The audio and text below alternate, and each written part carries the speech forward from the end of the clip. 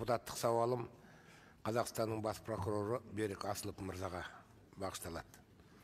Әзірге мемлекеттің ұрланып жыланған активін қайтару төңірегінде түсініксіз құпиялық қоюланып тұрса да, қоғам ақпараттан жұрдай болса да, бізге басқа активтердің мән-жайы белгілі болып жатыр.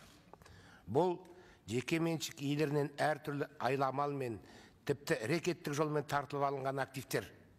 Жеке меншігінен айырылғандар қарапайым бизнесмендер, тартып алғандар ескі Қазақстанның өкілдері.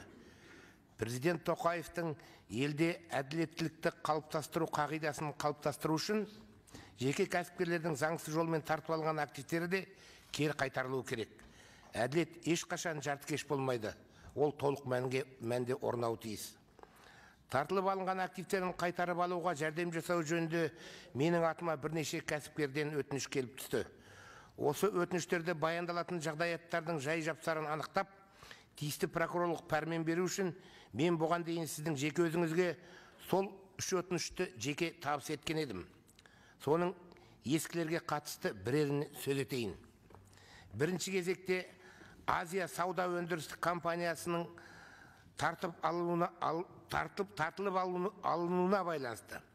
2003 жылы активі 160 миллион долларға немесе 72 миллиард теңгеге бағаланған құрамында Қазақстан бойынша 68 жанармай станциясы, 6 мұнай базасы бар компанияны ескі Қазақстанның озбыры өз атына жаздырып алғаны жөніндегі нотариалдық куәліктің көшірмесі мен басқа да құжаттарды мен сізді қолыңызға тапсырған едім.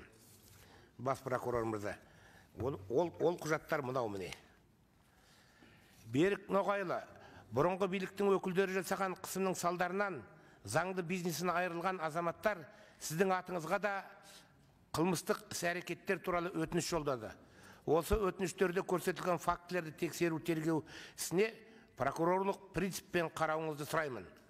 Ал сіздің атыңызға жолданатын депутаттық сауал мен қосымша құжаттарда Азия компаниясының алғашқы құрылтайшысы Серік Бимурзиннің белгісіз жағдайда қалай қаза болғаны, кейінгі құрылтайшысы Медғат Қалиевтің құны 160 миллион доллар тұратын компанияны ескі Қазақстанның рекетер дөкейінің атына қандай жағдайда су тегін жазып беруге, Серік Бимурзиннің мұрагері Нұрлан Бимурзин небәрі 18 мың теңгеге сатуға мәжбүр болғаны жөніндегі дерек-дәйектер егжейлі-тегжейлі жазылған.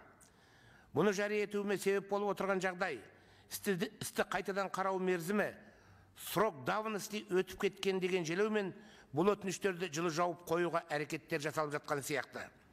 Бір кездергі бірінші отбасының төңірегінің озбырлығы мен қылмыстық қиянаттарына қатысты істер срок давности деген желеуге жатпайды, Берік мырза. Егер біз бұл адам айтқыз қиянаттарды жылы жауып қоятын болсақ, бізді қоғам түсінбейді. Мұндай жағдайда біз президент Тоқаевтың активтерді қайтару идеясына қастандық жасаған болып шығамыз. Депутатқа және бас прокурордың атына өтініш беруші азаматтар Медғат Қалиев пен Нұрлан Бимурзин активтерді қайтару заңынан үміт күтіп отыр. Сізбен біз жазықсыз жапа шеккен қылмыстық қысастыққа тап болған азаматтардың үмітін алдамауымыз керек. Өтініш иелері осыған байланысты бүгін арнайы пресс-конференция беріп, осыған қатысты қылмыстық іс ашуды талап етіп отыр. Бас прокурор мырза, мен сізге жолдайтын құжаттардың арасында Алматыдағы 11 қабатты қонақ үйін тұтастай ескі Қазақстан озбырлары қалай тартып алғаны жөнінде жан-жақты мәлімет бар. Ол мына құжаттар міне. Мен сізден осы әрекетті қылмысты толық тексеруге прокурорлық пәрмен беруіңізді сұраймын. Қысқасы, өтініш берушілер қаншама рет тиісті органдарға шағымданса да, әлі күнге дейін күштінің арты диірмен тартып отыр. Бұл құжаттарда әрекетті қылмыстың жай-жапсары толық қамтылған. Сөз соңында айтарым, президент Тоқаевтың активтерді қайтару бастамасы ескі Қазақстанның қысастығы салдарынан зардап шеккен жеке бизнесмендерге де қатысты деп есептеймін. Президент мемлекеттік міндет еткен әділеттің толық талабы осы. Рахмет.